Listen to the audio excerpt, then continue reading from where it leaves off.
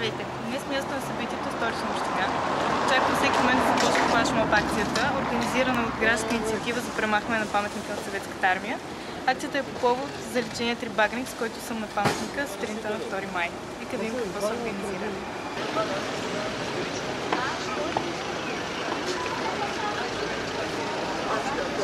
Казвам се Славомир Генчев. Търсите да се включите в акцията? Аз не само съм се включил, аз съм от тези, които започнах акцията. В самото начало и стига комитет. Една много проста причина.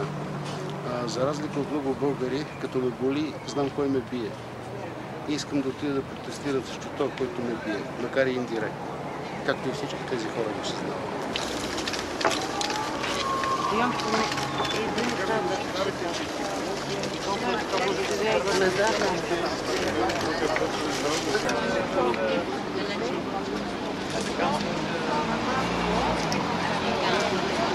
Смятам за несправедливо да бъде изтрито българското знаме, което беше нарисувано на 1 май на паметника на българските окупатори.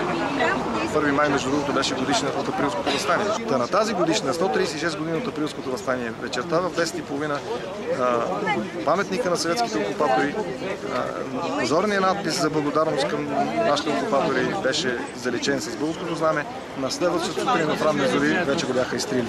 Ето затова сме тук да протестираме, че трият българското знаме, отдавайки предпочитание на съветското.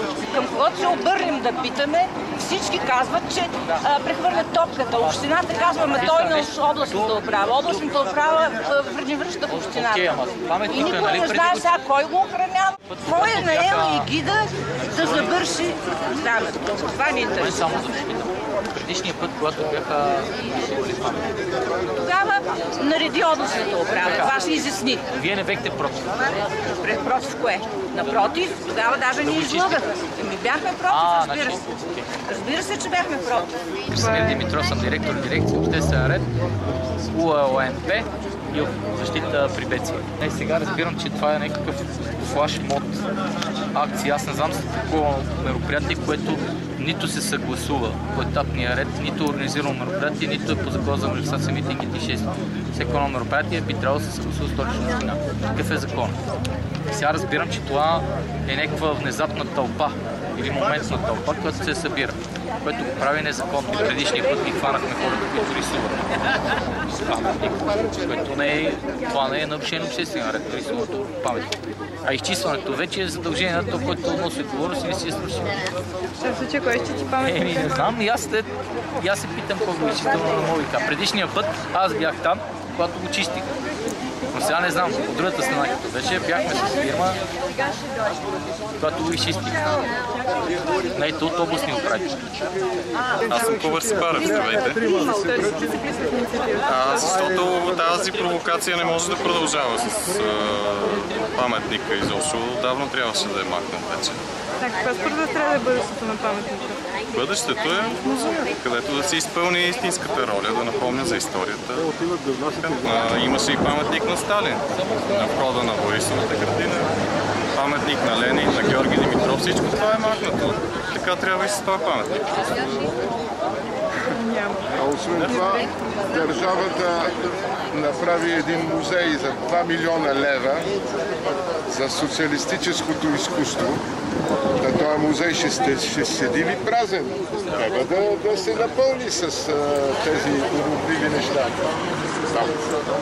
Така че не му е мястото в градината, особено, че вече е в лошо състояние и краката му са раздясали, може да падне на главата на някой там.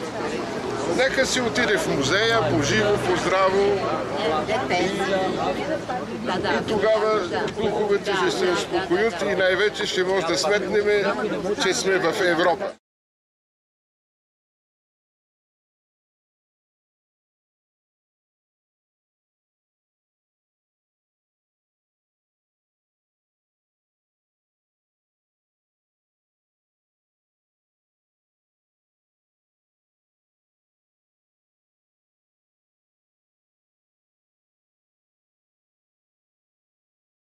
Европа.